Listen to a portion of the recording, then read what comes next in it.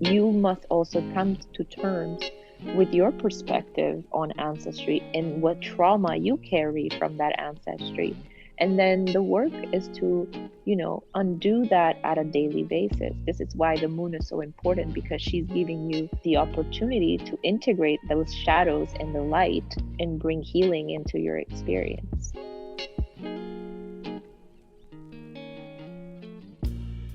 You're listening to the Feed Your Wild podcast, a conscious lifestyle show about all things nourishing for your body, mind, and soul.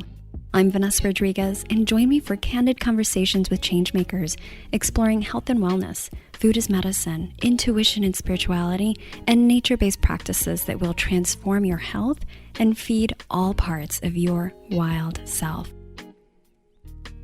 Hello there. Welcome back to Feed Your Wild. If you are new here, I'm so glad you arrived and found us. I'm Vanessa Rodriguez, functional nutritionist, Akashic soul record reader, and intuitive nourishment guide. Today, we have a beautiful interview with Juliana Luna. Luna is many things, which she will tell you more about. But what I love about Luna and her work with the Aluna Method is that she is so clearly on a soul mission to rewrite and reweave stories. She's bridging people together and allows their own stories to bloom. In her work, Luna brings forth to our contemporary world the creative power present in inhabiting our bodies with confidence, awareness, and compassion.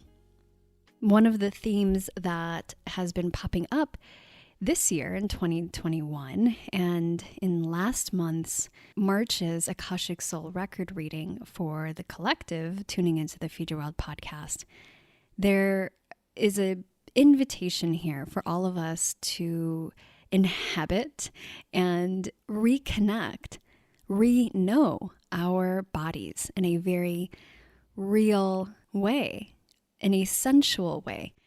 And when I think about the word sensual, to me, it's an incredibly expansive and permissive word and energy.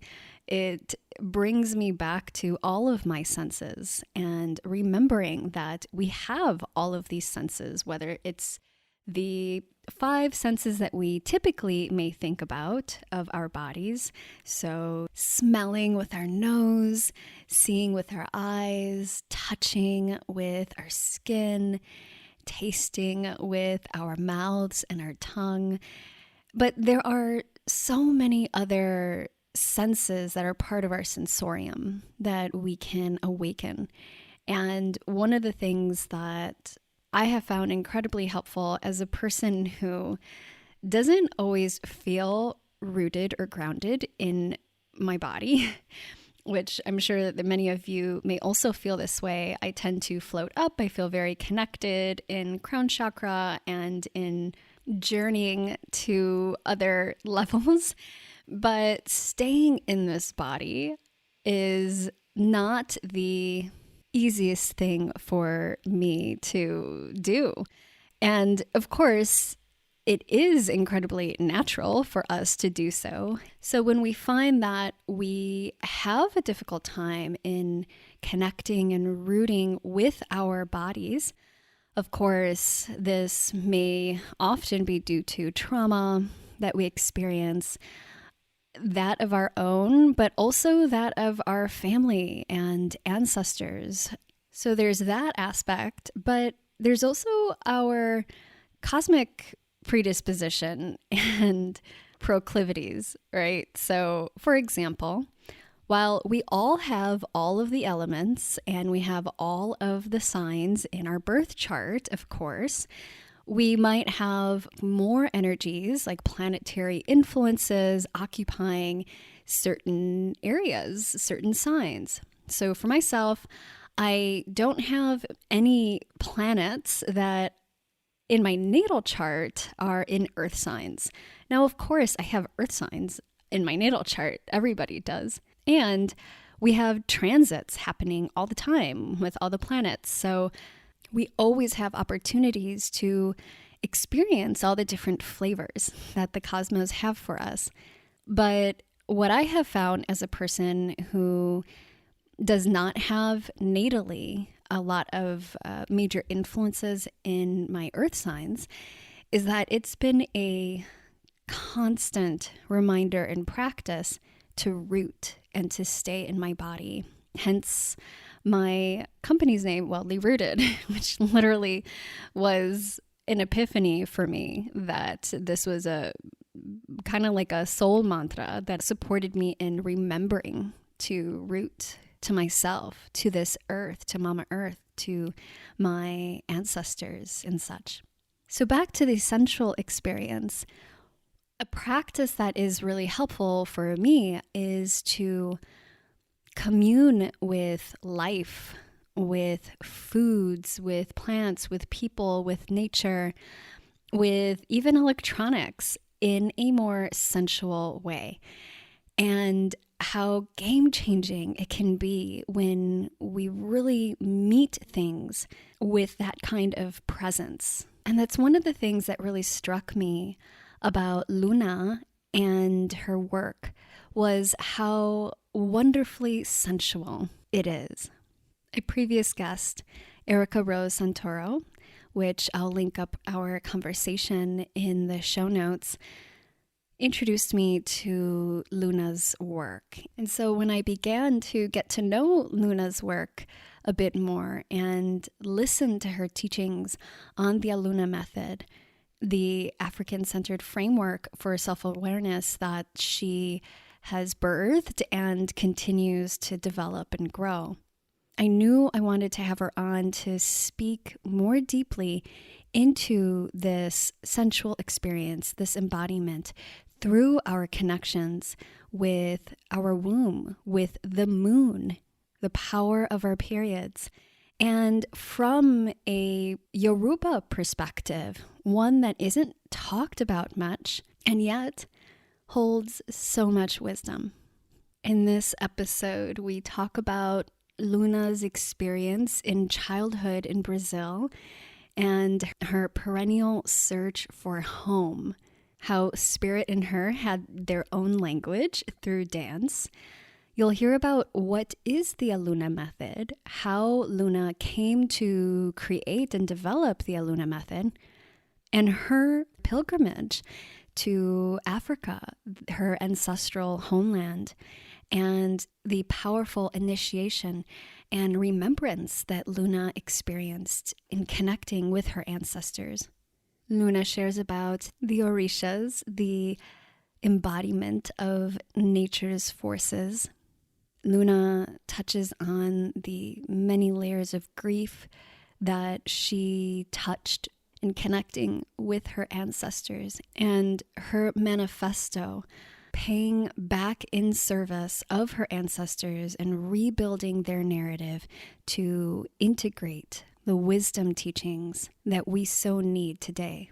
Luna talks about why the moon is so important in our healing, growth, and integration, and the power of our periods and our period as the ultimate decolonization teacher.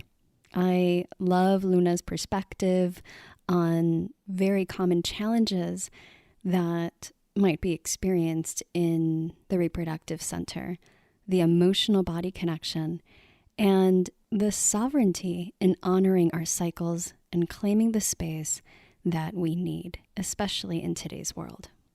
I was inspired by this conversation, and I trust that you will be too. So here we go with Luna. Hey, welcome back, everybody, to Feed Your Wild. Today, we have Yemisi Juliana Luna, and she's on a journey as a multidisciplinary artist, leader, mentor, and narratorial creator whose mission is to empower women through movement, ancestral awareness, and intuitive knowledge. Luna is from Rio de Janeiro, Brazil, currently resident of Brooklyn, New York. She's a 2020 fellow at the More Arts Socially Engaged Artists Initiative in New York City. And in May 2015, she was invited to go on a trip to reconnect with her ancestral roots, where a DNA test revealed that her ancestors come from Nigeria, more precisely, the Yoruba nation. Through her studies and research, Luna created the Aluna Method, an African centered framework for self awareness. It is a system for holistic understanding of our emotional bodies through a lunar perspective, using Brazilian Yoruba philosophy as a prism. Luna, thank you so much for coming on the podcast. Thank you so much for having me here, Vanessa. I'm so excited to share some of what I've been learning with you. Yes, I'm so excited to learn what you've been learning. And I first discovered your work through Erica Rose Santoro, Mhm. who I had on the My beautiful show. Rose. Oh, she's so beautiful, wonderful soul. She and I spoke about decolonizing creativity Mm, and really conspiring for collective liberation on the podcast. It was an incredible conversation, I and bet. I learned about you through her. And I was like, oh my goodness, how have I not heard of you before? Like, your work is so beautiful. And on your page and the way that you move as well, it's so inspiring. So I knew that I had to have you on. So once again, yeah, I'm so wonderful for our sisters to bring us together. Yes. Well, I would love to start off with first, I'd love for you to describe what it is that you feel you do or that your work encapsulates. And I know we're going to get more into it, into the nuances of it. But when somebody asks you, like in the elevator on the street, I know sometimes it could be a little interesting. What do you usually say? It depends on my mood. Sometimes, Yeah. I'm like, oh, I'm a scientist. Or I say, oh, I'm an artist. Or I say, oh, I'm a magician. Or I Hmm. say, I'm a lunatic. I have many ways of describing myself depending on my moods. And sometimes I don't even say anything at all because I'm like, why do I have to define myself? Ugh, you know? Hmm. There's so much freedom for us creative creatures. And I feel like more and more there's this need for expansive exploration. It's like, I want to be someone today and someone else tomorrow. And I want to also embrace who I was yesterday. And, all of those beings come together in this present moment. And there's so much to share always. It's just a question of how open we are, right, for that, and how open we are for the multiplicity and the infinity of who we are. So, yeah, I love feeling that infinity within me and embracing it and being more comfortable in it. Yeah. And I feel that so many folks, especially women, don't feel that way, at least initially. Like, it takes a lot of work of undoing and releasing and shedding. And sometimes I feel it can even get exhausting. And so I love how your work really looks at these innate rhythms within each person. And like, we can take our time in becoming ourselves, Yeah. our own time. I'd love for you to describe a little bit about how you came to the Aluna method. Before we describe like what it actually is, I'm curious about your journey, like what even got you interested in doing this work? Well, I think what got me interested was my own inquiry for purpose. I was just like, since I'm a child, I was very curious about purpose. And I've been, for the longest time, just feeling like this strange being in this strange land where I didn't understood the rules. And I'm like, wait, why do I feel so foreign in this experience? Like, when I was a child, I used to cry a lot and say to my mom, Mom, I want to go home. And my mom would just be so confused. She's like, "What are you talking about?" And I would pack my bags because I was always having this really strong emotional reactions to how I felt. So it would be very common to just see me packing stuff. And my mom was like, "Where are you going? Like, what are you doing?" I'm like, "I'm going home." And she's like, "You, there's a problem." And I sometimes would take my bag if my mom wasn't paying attention, my dad wasn't home, and I would get out of the door and I would walk for blocks on end with a bag.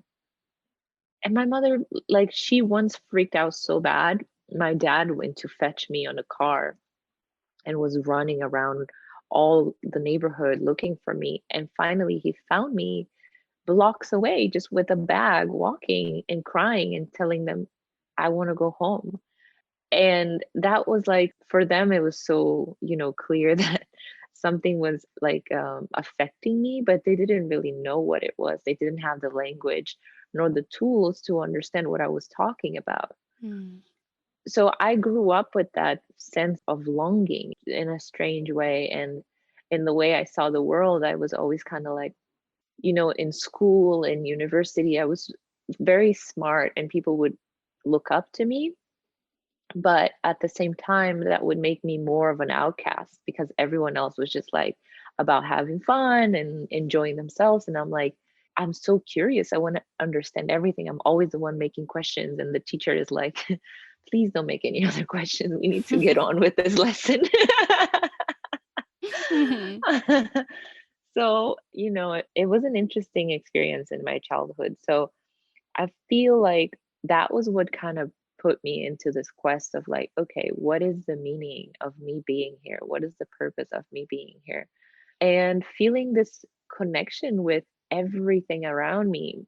I loved being in nature. I loved playing out. I loved climbing trees, and dancing was something that I had a talent for. People would see me dancing and they would stop and they were like, "There's something about this child moving that is so interesting." Like, it would catch people's attention. And later on, I understood that was how spirit allowed me to communicate with the world through movement. And that was my own language. Me and spirit had our own language, right? And so that's what kind of like prompted me into this journey of creating a whole nother, a framework that offers people a whole nother perspective of the world and how they see themselves in the world, and how the world and them is, it's oneness. Everything around us is one. That's basically how it was. My Mhm. curiosity for belonging, I would say. That's the Mhm. long winded answer. Mhm. And so you eventually came into creating the Aluna method. Would you be able to illuminate us on what the Aluna method is? And I know that there's a lot of moving pieces and it's probably ever Mm, evolving. I'd love to hear, in its current evolution, what it is for you. mhm. Yeah, it's definitely a living, breathing entity. It has its own life. I have to learn with it, from it, and with it at every iteration. And it surprises me because it's like sometimes I'm teaching class and there's information that comes through me, and I'm like, "Wait, I've never said this before, or I've never read this anywhere." Hmm. It just like is coming through me, and I'm open and accepting. And the way it hits when it, comes out of me and it reflects in other people, it's like so profound. So I'm like, okay, I accept that this is a living, breathing entity, and I'm just the vehicle for this entity to express itself. The Aluna Method is a framework for self awareness and self development through Yoruba ancestral lunar wisdom. What does that mean? It means that it gives you a lunar map to track your emotional experience according to the lunar calendar and your own inner moon. And it gives you perspective. It gives you perspective of how you live in the world, what kind of time space framework you are adopting. And if that framework is not working for you anymore, it offers you an alternative that is connected to your own inner cycles, and it makes you the agent of your experience, right? You embody your experience through this knowledge of self. That is basically what the Aluna method is. It connects you back to your ancestry, your ancestral wisdom. It connects you to your body. It connects you to your tides, which are, this ebbs and flows of input that the universe is constantly giving us. And it allows for us to come home, come home and feel good at home, understand that home is accessible, is full, and we're not alone in that home. We have so much support of all of these beautiful ancestors that are, eager to support us in this journey, as well as all the other beings that are supporting us to remember who we are, and transform this earth in ways that are beneficial for every being that inhabits it. Hmm. I was just thinking of you as a little girl finding her way back home every day. Yeah. And some of the elements that there's such a richness here, and like I want to talk about all the things, but one of the first things that's standing out to me is the Brazilian Yoruba philosophy and Hmm. tradition. And my understanding of some of the components or elements of Yoruba is only through my family's from Puerto Rico. And Hmm. so, like Santeria. So, there's like, a lot of elements that are coming in from the Yoruba tradition. And so, I'm only familiar with some of like the orishas or the Hmm. goddesses, but I'm curious, what is the Brazilian Yoruba philosophy? How does this weave into your work? Well, it's basically the same, right? The Yoruba philosophy is it's a perspective, right? Ancestral perspective of the world, how our ancestors saw the world, the cosmology in the cosmogony of how they lived, and they experienced self, and therefore experienced everything around them. The Orishas are the deities, the spiritual embodiment of nature's energies, right? So of course, as a nation of humans, they needed to personify those energies. They needed to personify nature in order to explain their whole cosmology, their whole vision of the world. So they created this embodied nature expressions, right? Oshun being the goddess of sweet waters and fertility, and Yemanja being the goddess of the ocean and the mother of all Ori, all heads. Shango being the god of fire. There's so many orishas that are all connected to this elemental forces of our planet, because they understood that every human being embodies those qualities. So we needed to name them. We needed to connect with them at a human level in order to relate to them fully. So that is the Brazilian Yoruba philosophy comes from exactly the same one that traveled to Puerto Rico, which is Santeria in Puerto Rico, and in Brazil is Candomblé, which are very similar, just variations of that understanding of the world. Now, what we want to understand here is that African people didn't see, especially when you look at philosophy, when you look at mythology, they didn't see spirituality as a separate thing. Spirituality was embedded into everything they did, right? If you're eating, that is highly spiritual. If you're speaking to a family member, there's a spiritual responsibility there as well. Everything in the community and everything you do as a human has a spiritual connotation and implications. So that the more we understand that, the easiest it is for us to see the world through that lens. Now, even science for them, it's based on consulting an oracle, on understanding what are the formations of combinations in odus, which are like the energetic imprints of a human being, right? And how does that expresses itself when it's in contact with everything else around that person, and how to get that into balance. That is their science, right? Is to bring a person into a holistic understanding of well-being. And so it's interesting because when I look at the world today and I see all of the spiritual practices out in the wellness world, I see a lot of beauty, but I also see a lot of neglect. And neglect because we adopted yoga, we adopted Buddhism, we adopted all these philosophies that are beautiful and ancient and so rich, but we haven't yet adopted any African philosophy consciously, because even if we think about, modern mysticism, it's imbued in modern mysticism is Egyptian, spirituality, technology, right? Hermeticism is imbued in all of the spiritual concepts that are out there in the world today.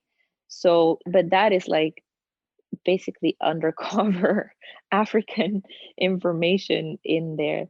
But consciously, we never really see people embracing that kind of spirituality and looking at it as like, wow, this is something I can learn from. This is something I can relate to.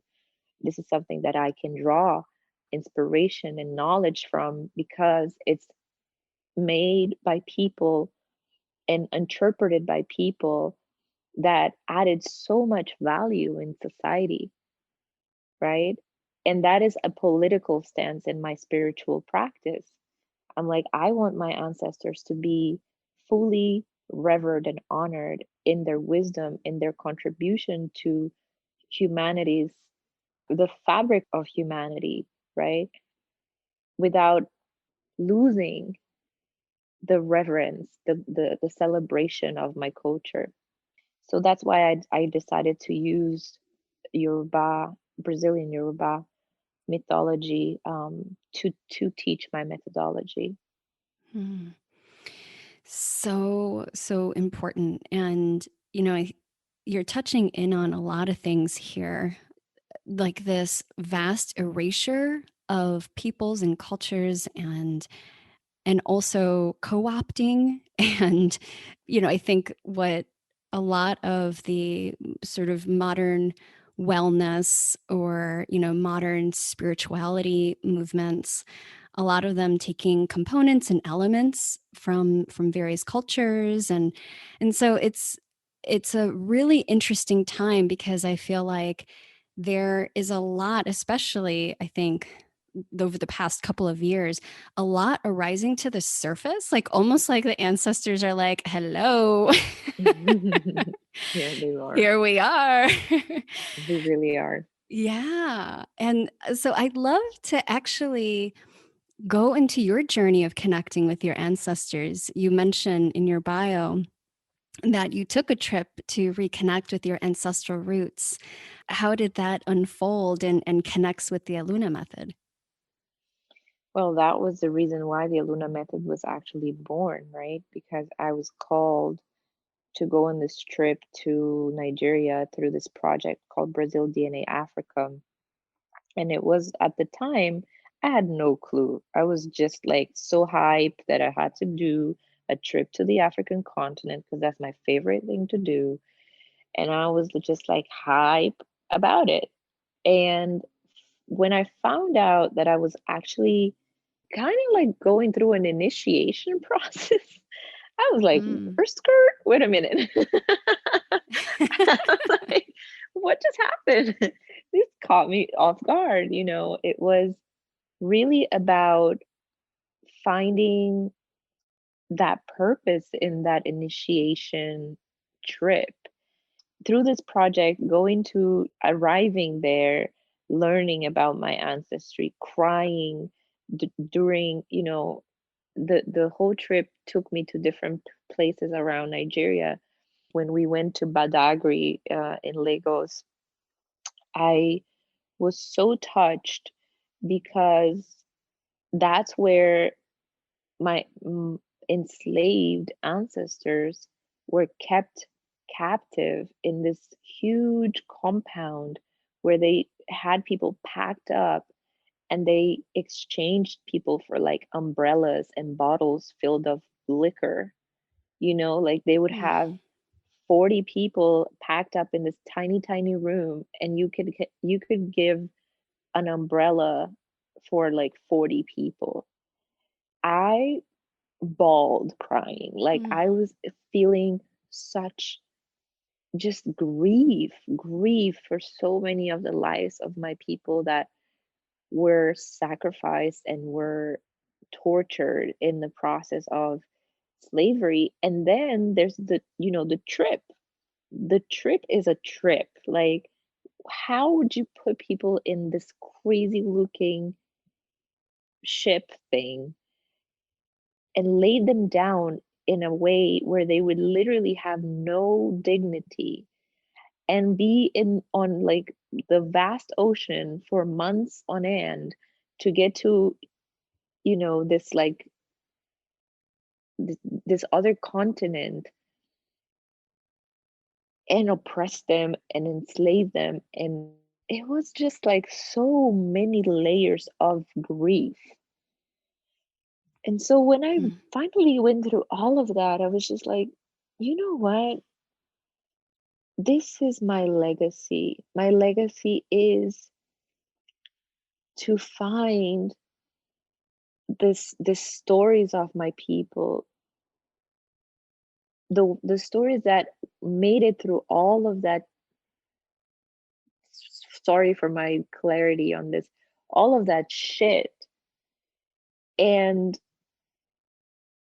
you like just enlighten that as a way of honoring their lives, honoring their sweat, honoring their tears, honoring every single life that was sacrificed during that horrible period and created so much suffering and so much injustice in our world. Today, we're still, reverberating the same energy as today. So this is my manifesto, right? This is my way of like saying, I am honoring you, my people, my ancestors, my guardians, the ones that carried this wisdom with you through so much suffering and deliver that wisdom, which helped, build an entire society, an entire country. And so here I am today paying back. The work I do is fully in service of my ancestors. I'm paying back every single tear that they shed in that process of dehumanization. And I'm rebuilding their narrative as because through the moon you look at time and space in a different way. The linearity of things is completely um, shattered when you look at it from a or lunar perspective.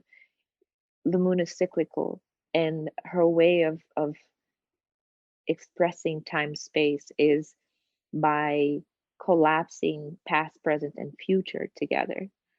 So if I'm able to use that understanding and connect it to this ancestral reckoning, ancestral healing, ancestral remembering, right? I am fully integrating and bridging that gap that had been forged by that separation.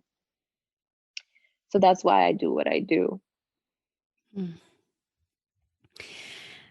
I am hearing people listening in and feeling like they they don't feel fully connected to their ancestors. And I know that I've heard from a lot of people who have reached in from the podcast or my clients that they desire to build a relationship and reconnect. What would you have to say to those people? It's possible. It's possible. and it's necessary. We are being called to reclaim those relationships and those narratives now.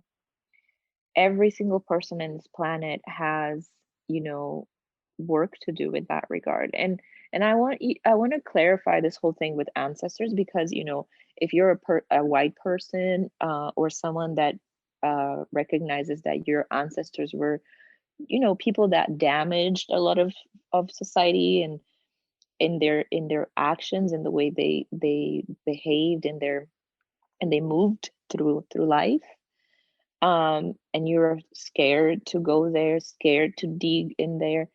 Well, that is the actual work, right? When we talk about forgiveness, when we talk about compassion, when we talk about empathy, it's not, oh yeah, I have empathy towards, my friends because whatever. It's like, do you have empathy towards your own blood, your own people that actually created a lot of the instability that we're experiencing today?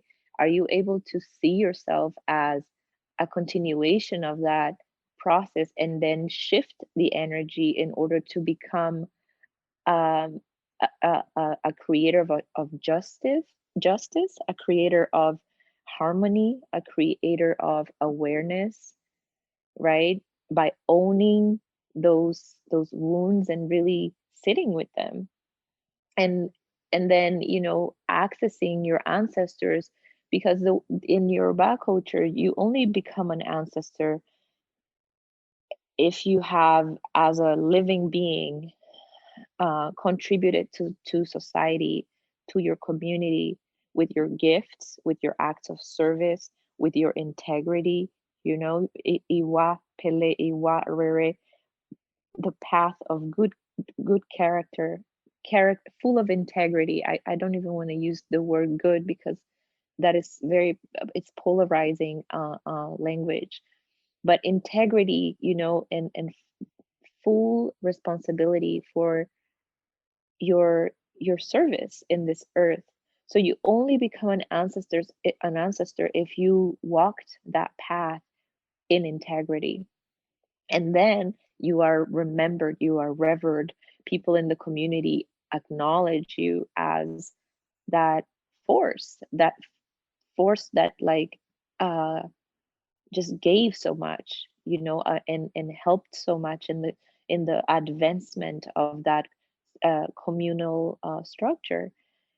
Now, the people that are not really owning their power, they don't become ancestors, because people don't want to remember someone that didn't serve in integrity to the community, someone that just wasted their precious time given to them in this earth. um so this is how we see ancestry. We don't see ancestry as like, oh yeah, everything bad, every bad person in my lineage is now punishing me. This is not how we see it. It's like, no, I know that I can look back, and I sing praises to specific people of my lineage, and they teach me how to be a better human, a more compassionate human every single day. So if you want to connect to your ancestors, you must realize that first. It's like, not everyone is an ancestor in your lineage. And then you must also come to terms with your perspective on ancestry and what trauma you carry from that ancestry. And then the work is to, undo that at a daily basis. This is why the moon is so important, because she's giving you the opportunity to integrate those shadows and the light and bring healing into your experience. Hmm. I'm I'm feeling how the moon is like this, um it's like this force and presence in our relationship with ourselves and our ancestors, and time space within us. Yeah. And then my mind goes to our physical bodies and how Mm-hmm. the moon connects to our physical bodies. I love to talk about the power of our periods. And this is top of mind for me because I'm about to get my period. And Mm. I've had a very challenging experience throughout my life, especially in my um, childhood and early adulthood with my period. And I see so many clients, women who have struggled. And, we see in society, obviously, how the way that it's talked about, and even the types of products that are available, and the way that gynecologists talk about things, it seems so disconnected from Mm. the way that I feel like you speak into it. So yeah, what is the power of our periods? Well, the power of our periods is to is regenerate our experience in this planet. Like, to remember that we are fully capable of healing, of creating life, of uh, feeding the earth, feeding ourselves, nurturing our community, making space and letting go of what is not, in alignment with who we are or how we move. She is the ultimate decolonization teacher. Like, Tell me more about she that. she really is, because why do you think the periods have been so demonized throughout history, right? Like, every man, like, is terrified when even us women, we're terrified of our period, right? Hmm. When we first get it, it's almost like a shock. It's a shock on your system, and we have no information around it. Some of us are lucky enough that to have a mother that is, a bit more sensitive or in tune, that gives you a prep around it. But most of us are just like, here, there's the pad. Now you can get pregnant, so you're not gonna go out and stay late anymore. You can't play at no boy's house, and all of a sudden your freedom is gone, and you're like, wait, what? I Hmm. was free to explore and to run around and to play with whoever I wanted, and now I have this thing that grounds me and limits me from the full expression of my joy, right? This is, and then it comes with a lot of pain as well. Hmm. It's uncomfortable and it's messy. So, how is it that, we will love this thing if we haven't had anything, any structure in society that actually fosters empathy towards it, fosters, okay, let me look at it from a different angle. Um, our periods are the way that our bodies found to help us recycle all of this debris, that of energy, of emotional, you know uh, um, density, that the entire uh, grid of humanity shares. This is why we feel so much pain, because there's a scientific explanation to this.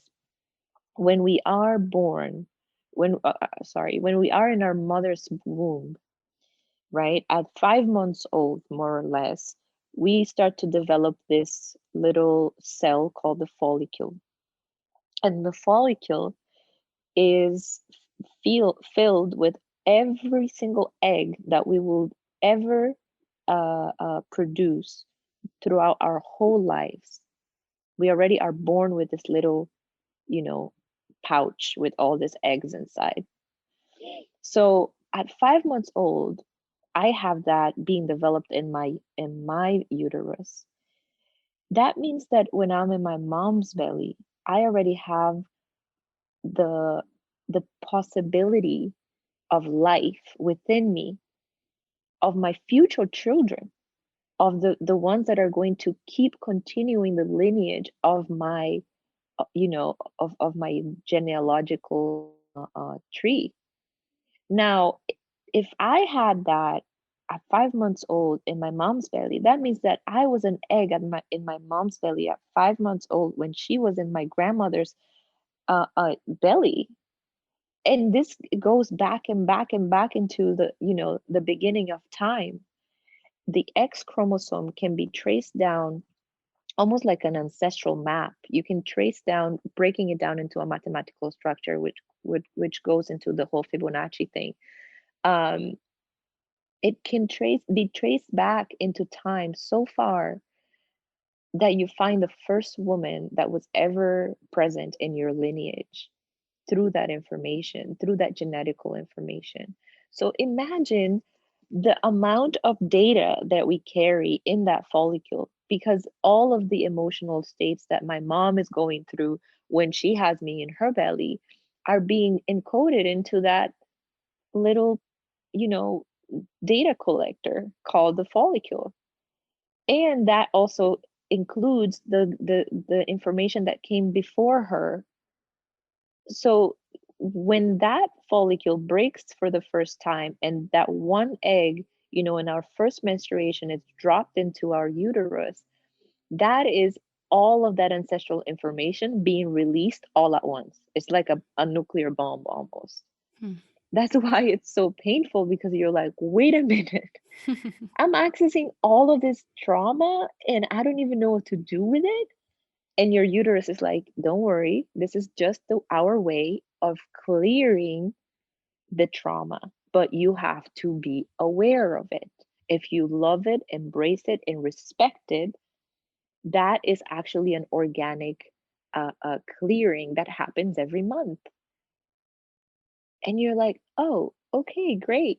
And if the possibility of life actually manifests, it's even greater, because what you're doing is you have cleared so much debris from from that database, that genealogical database, that when you create a new human, this other human is more likely to be, a beam of light in the evolution process, because there's a lot of it is intentional, a lot of it is geared towards, okay, now I can teach you about this, now I can tell you, hey, this, if you're a boy, this is how you respect your nature, you respect the nature of humanness, of women, of animals, of nature itself. If you're a girl, wow, this is how you honor your cycles, right? You start to see the potentiality to educate this new generation in a whole new way. So this is what our periods are telling us, is like, hey, you have an opportunity to liberate yourselves from the trauma and the future generations as well, only if you pay attention to yourself and honor your cycles, honor what that strong pain is trying to tell you, because there are so many aspects of it that are trying to just bring you back to the place of love, but you're not able to see it because you deny it and you like run away from it. And society is like, no, it's nasty, it's dirty, don't go there, right? Hmm. Hmm. I'm thinking about so many women today, and actually this month, I didn't know this. I don't really pay attention to, like what theme of the month is it in terms of health, but it's endometriosis month. Mm-hmm. And in the time that we're recording this, and I know Because it's Women's Month. because it's Women's Month. Imagine. And there are so many women that I know, that I work with, that have endometriosis or presumed Mm-hmm. endometriosis, or just, a lot of gynecological issues. And so their relationship to their period, to their reproductive cycle and power is very complicated, right? Mm-hmm. what are some of the ways for those who are experiencing those extra challenges, and even any insight around something like, these growths or the tissue, um, do you have for these women, and to kind of come into a different type of relationship with that?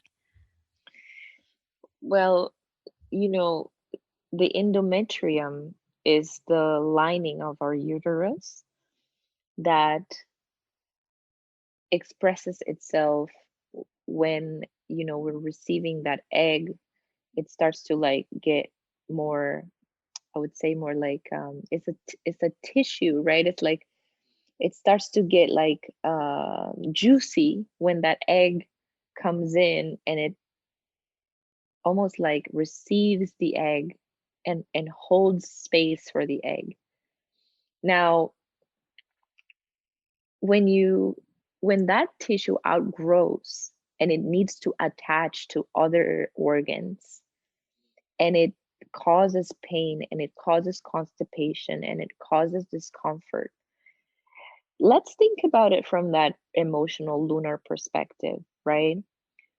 Why is it that we're holding on to so much, that instead of this tissue like embracing a potentiality of life, it has to hold on to organs and the walls of your inner linings, and rip all of that apart in order to feed itself.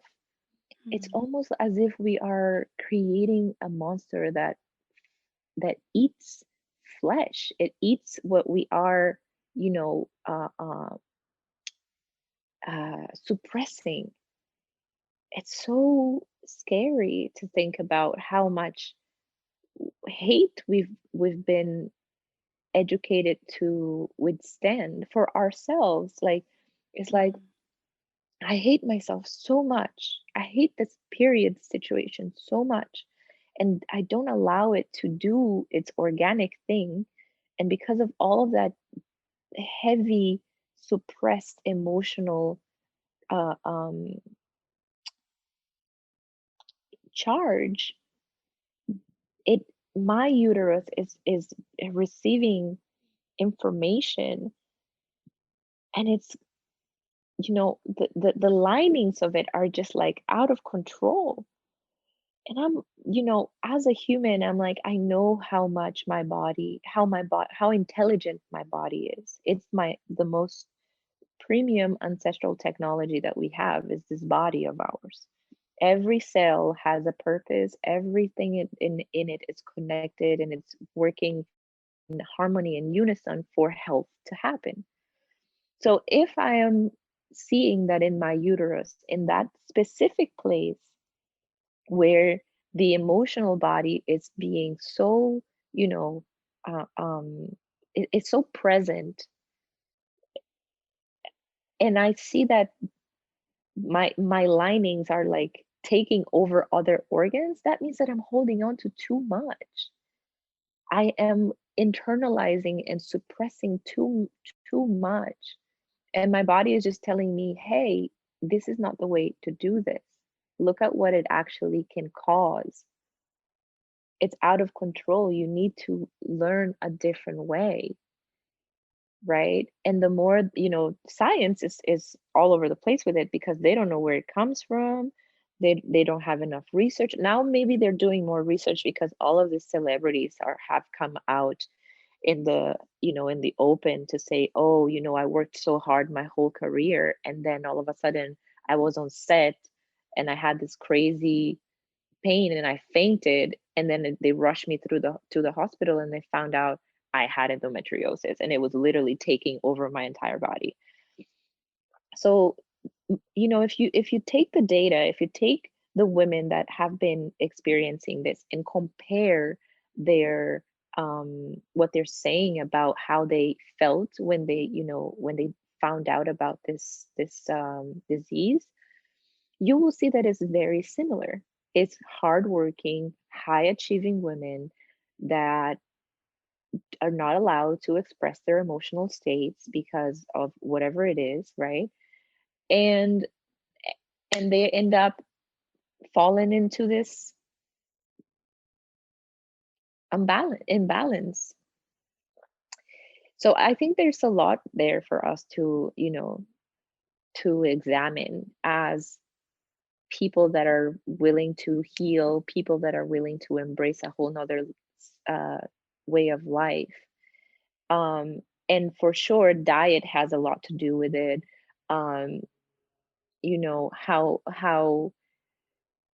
toxic your environment is in terms of, your relationships, um, and how where you are as a woman, if you're a black woman, if you are an Asian woman, if you're a white woman, like all of that is definitely influencing. But the most influential aspect of this common disease is that we are not respecting our cycles, and we hate ourselves for having a cycle. Hmm. I think a lot of what you're speaking into as well is us getting really honest with ourselves, like creating this space to look at all of that. Because I can even just feel the resistance from a lot of people of like, kind of owning into what has been going on, our role in this process, and that it's not all our fault, right? It's not about blaming ourselves, but it takes radical honesty to look at ourselves and to say, as you were saying, to choose a different way, a different perspective, and healing, which could mean radical shifts in your life. Yeah. So that's very big Yeah. and very powerful. And I would love to ground it into, what are some first, maybe simple practices or steps for people to harness their menstrual cycle, the power of their periods. Is there a favorite tool or practice of yours? Well, my practice is the Aluna Method, and I'm so lucky to have discovered this method early in my life, because now I am, I have a very good relationship with my cycles, and I have no, how do you call this? No imbalance whatsoever. Like, I haven't experienced a painful period in a long time. My PMS symptoms are very easy. I know when I'm feeling them, and I know how they feel, what they feel like. So I'm able to communicate that to whoever is around me. I'm like, hey, I need you to be gentle today. Like, or hey, I won't be so I'm not going to be communicating so much today. I need a bit more of a quiet place, a quiet space for myself. That sovereignty is so healing, right? Because that's what we have been striped off as women. We've been, how do you call this? Taken away, like that sovereignty has been taken away from us, Hmm. right? The fact that we can actually express this and say, hey, I'm not coming in today. I'm not going to this meeting today. Today, I need to stay with myself. Would you mind handling this for me? This is what you need in order to handle that. I'm going to take this day off. That shit is so powerful in today's society Hmm. that people are not ready for it. So, I would say get into a daily practice of listening to yourself and really honoring what you see, and it's not always possible. We live in a very fast-paced society that demands a lot of us, especially if you have a family, especially if you are a high achieving person. But really give yourself the grace of observation. Find time to observe how you feel that day. What is the overall um emotional states that you are entertaining, and take notes. Really, that's is that simple. Take notes so you can actually allow yourself to feel those feelings and say, "Oh, I give myself permission to feel this way today." Right? I would say that's an amazing practice. And if you want to dive deeper in it, just come and learn the Aluna Method. I'm here to serve. All of this information is just, you know, learning from what I received from the ancestors. So I'm ready to just share it with whoever is ready to receive it. I love it. Well, for those who are interested in diving deeper with you, what is the best way for them to get in contact with you and your work? Do you have anything coming Mhm. up? And this will be coming out in April. Yes, I do. I have a new class coming up in April and May. We've been doing a full 3 months course of understanding. It's a three parts course, and each month is one part of understanding what is the difference between lunar and solar energy. How do you connect to yourself and honor your inner cycles and use your period as a tool for self-love and self-knowledge and self-development. Um, the second part is coming up in April, and the third part is coming up in May.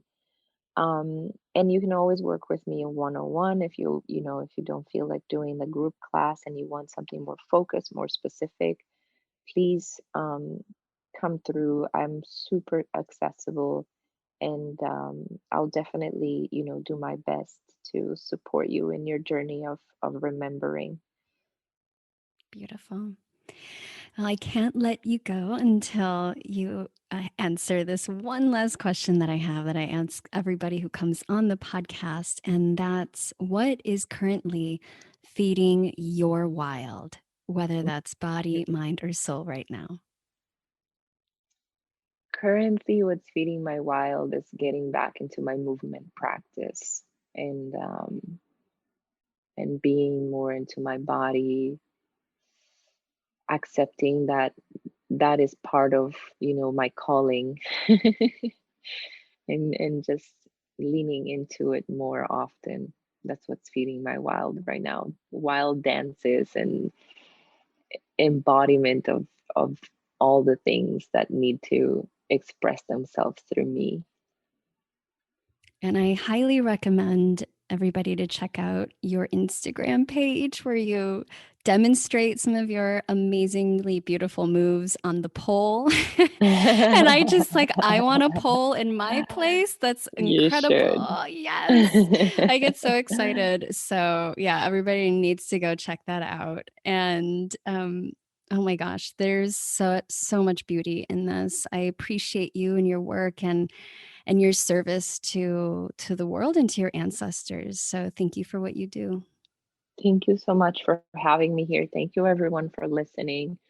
If you resonated with anything or you want to chat about any of these things, please don't hesitate to reach out, and also don't take my words for as a how do you say this, a word of an expert, because this is just me learning and sharing what I'm learning. And tomorrow I might change my mind. So that's just the nature of being human. Thank you so much.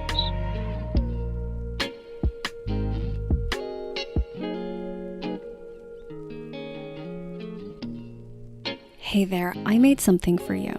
One of the biggest challenges that I hear from people is that they are feeling stuck when it comes to their health. You're a smart, capable, and creative change maker, right? And you know what you should be doing for your health. So what gives? Well, it's not about willpower. And I wanted to create something that would help you to unlearn the things that are keeping you stuck so that you can get out of your own way and master the mindset of health. That's why I created Wildly Unstuck, where you'll learn the top 5 things that I have found to sabotage your health goals and what to do about them. You'll learn what it really takes to become committed and unstoppable when it comes to your health goals, and find the clarity you've been looking for so you know exactly what to do to get back into alignment. And I made it totally free. So if this is something that you want to dive into and create a vision and soul goals for your health and your life and bring your gifts to the world, because we know that we need it, then I invite you to join us in Wildly Unstuck. You can find that at wildlyrooted.com/unstuck. I'll see you on the other side.